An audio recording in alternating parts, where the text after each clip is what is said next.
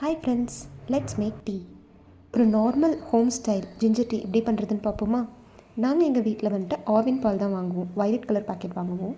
நீங்கள் எங்கேருந்து பால் சோர்ஸ் பண்ணிக்கிட்டாலும் பரவாயில்ல. ஃபர்ஸ்ட் எடுத்தோன்னா பால் நல்லா சூடு பண்ணிக்கணும். பால் பொங்கி வந்ததுக்கப்புறம் தேவையான பால் கொஞ்சம் எடுத்து வச்சுட்டு, உங்களுக்கு இன்ஸ்டண்ட்டாக இப்போ டீ மேக் பண்ணுறதுக்கு எவ்வளோ வேணுமோ அந்த பால் மட்டும் வச்சுட்டு கொதிக்க விடணும். பால் நல்லா கொதிச்சதுக்கப்புறம் நான் தனியாக எடுத்து வச்சுப்பேன். ஸோ ஃபர்ஸ்ட் என்ன பண்ணுவேன்னா, ஒரு பாத்திரத்தில் தண்ணி விட்டுட்டு தண்ணியில் டீ பவுடர் எவ்வளோ வேணுமோ அதை ஆட் பண்ணிவிட்டு நல்லா கொதிக்க விடுவேன். மீன்வைல் ஜிஞ்சர் டீ பண்ணுறதுக்கு ஜிஞ்சர் கொஞ்சம் தேவையான அளவு எடுத்துக்கிட்டு அதை நல்லா தட்டி அந்த டீ வாட்டர் மிக்சரில் ஆட் பண்ணிக்கணும். ஸோ இந்த ஜிஞ்சருடைய எசன்ஸ் நல்லா அந்த டீ கொதிக்கிற டீ தூளோடு இறங்கணும். ஸோ அப்போ தான் நமக்கு நல்ல ஒரு ஸ்ட்ராங்கான ஜிஞ்சர் டீ கிடைக்கும்.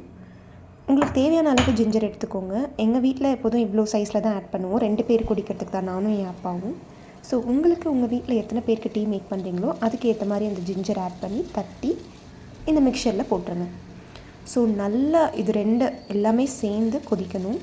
கொதித்து வரும்போது இந்த ஸ்டார் போடுவோம் தெரியுமா, பிரியாணி டீ, அதை நான் ஆட் பண்ணிப்பேன். என் அக்கா சொல்லுவா அது ரொம்ப ஹெல்தி உடம்புக்கு அப்படின்னு சொல்லிட்டு. ஸோ சின்னதாக ஒரு பீஸ் இது மட்டும் ஆட் பண்ணி இது எல்லாத்தையுமே சேர்த்து கொதிக்க விடணும். இந்த கொதிப்பு நல்லா ஸ்ட்ராங்காக எசன்ஸ் எல்லாமே உள்ளே இறங்குற வரைக்கும் நம்ம அதை கொதிக்க விடணும். நம்ம போட்டிருக்க தண்ணி ஹாஃபாக குறையணும். கிட்டத்தட்ட நான் 1 டம்ளர் ஊற்றிருக்கேன் அப்படின்னா கிட்டத்தட்ட அது ஒரு டம்ளர் அளவுக்காவது வரணும். அது நல்லா கொதித்து இறங்கினதுக்கப்புறம் நம்ம இந்த மிக்சரை எடுத்து ஆல்ரெடி பால் கொதிக்க வச்சுருக்கோம் இல்லையா, அதோடு சேர்த்து ஆட் பண்ணிக்கலாம். ஸோ நெக்ஸ்ட்டு வந்துட்டு இப்போ நான் கொதித்த பாலை மறுபடியும் அடுப்பில் எடுத்து வைக்கிறேன், அடுப்பை ஆன் பண்ணிவிட்டு. ஸோ இப்போ இந்த கொதித்து வச்ச டீ, இஞ்சி அண்ட் அந்த ஸ்டார் போட்டோம் இல்லையா, பிரியாணி ஸ்டார், அது 3மே சேர்த்து இந்த பாலில் ஊற்றிக்கணும். ஸோ இப்போ இது எல்லாமே சேர்ந்து கொதிக்கணும்.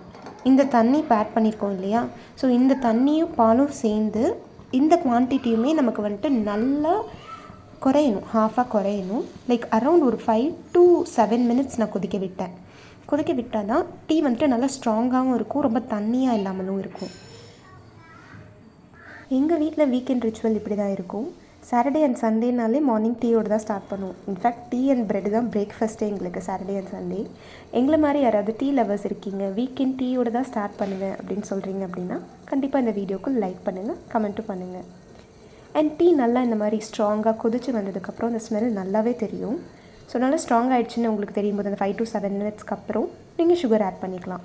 நாங்கள் 2 பேருக்கான டீ பண்ணுறனால நான் ஒரு 2.5 ஸ்பூன்ஸ் வந்துட்டு சுகர் ஆட் பண்ணிக்கிட்டேன். எங்கள் அப்பாவுக்கு டீயில் சுகர் இல்லைன்னா இறங்கவே இறங்காது, சண்டைக்கு தான் வருவாங்க. ஸோ நார்மலாக போடுற சுகர் அளவு நீங்கள் போட்டுக்கலாம். உங்களுக்கு வேணும்னா நீங்கள் கம்மியாக கூட போட்டுக்கலாம். இப்போ சுகர் ஆட் பண்ணி ஒரு 1 minute அந்த சுகர் கரையிற வரைக்கும் விட்டுட்டு நான் அடுப்பை ஆஃப் பண்ணிவிடுவேன்.